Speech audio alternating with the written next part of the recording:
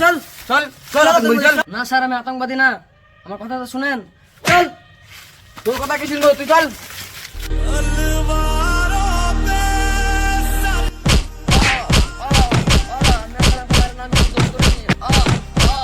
মোদি, একে বাঁচিয়ে রেখে লাভ নাই, একে এক্ষুনি মেরে দাও।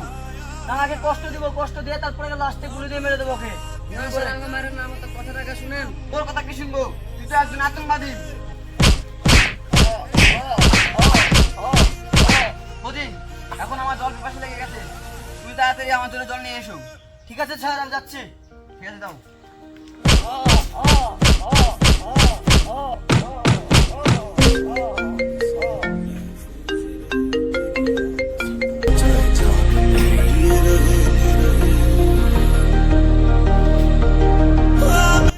ছোটু, তাহলে যা, তুই বাড়ি যা এখন।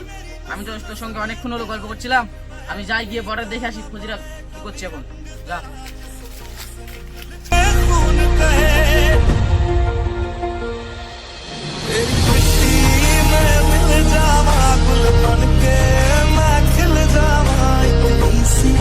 আরে কি ব্যাপার, ছেলেটা করে শর্টকাট করছে কেন?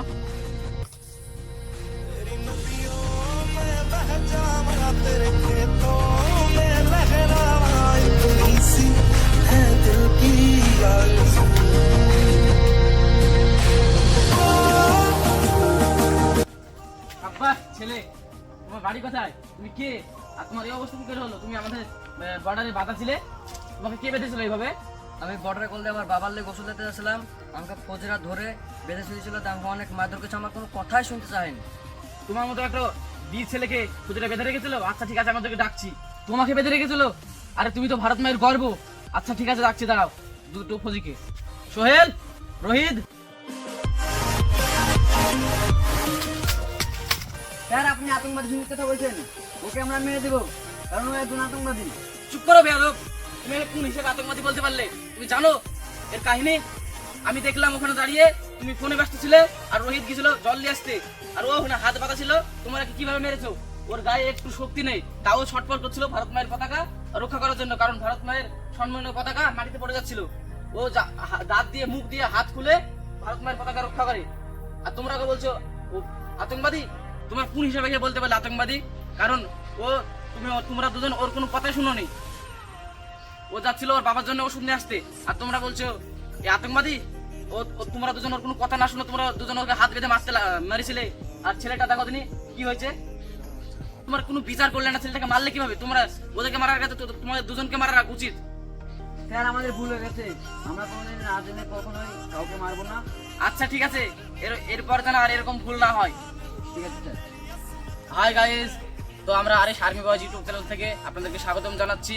বন্ধুরা, আপনারা কোনো মানুষের বিচার না করে তাকে শাস্তি দিতে যাবেন না, কারণ নিশ্চয়ই তার কোনো ভুলের পেছনে নিশ্চয়ই তার কোনো সত্যতা আছে।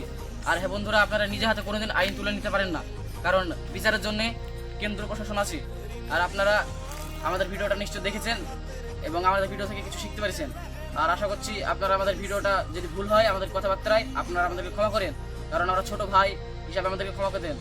আর বন্ধুরা, আমাদের চ্যানেলে যে আপনারা এখনো যদি সাবস্ক্রাইব না করে থাকেন, জলদি সাবস্ক্রাইব করুন এবং পাশের বেল আইকনটাকে অল করে রাখুন।